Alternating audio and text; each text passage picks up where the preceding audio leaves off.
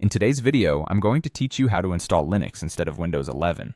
Many of you might be considering this switch either for enhanced privacy, improved performance, or just for the joy of trying something new.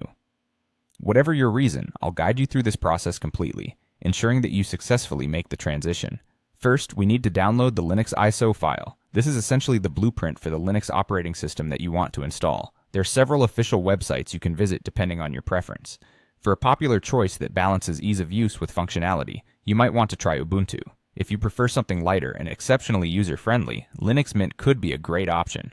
For those looking for something more cutting-edge, Fedora Workstation is worth considering. Simply visit the website for your chosen Linux distribution and download the ISO file to your computer. Once you have your ISO file, the next step is to create a bootable USB drive. This will be the medium you use to install Linux onto your machine. To do this, download a program called Rufus. Make sure you have a USB drive with at least 8 GB of storage, then plug it into your computer. Open Rufus and it will quickly recognize the USB drive. From there, select the Linux ISO file that you downloaded earlier. Click on Start, and Rufus will begin the process of creating the bootable USB. This can take a few minutes, so be patient while it works its magic. Now that your USB is ready, it's time to boot from it. Start by shutting down your laptop completely. With it turned off, insert the Linux USB into the port. Turn your laptop back on, and you'll need to repeatedly press the ESC key, which brings up the ASUS boot menu for many machines.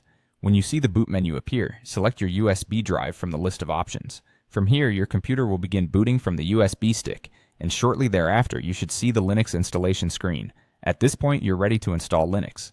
Choose the option to install Ubuntu or the Linux distribution you selected. You'll be asked to select your preferred language and keyboard layout, so go ahead and make those choices. Next, you'll be prompted about the installation type.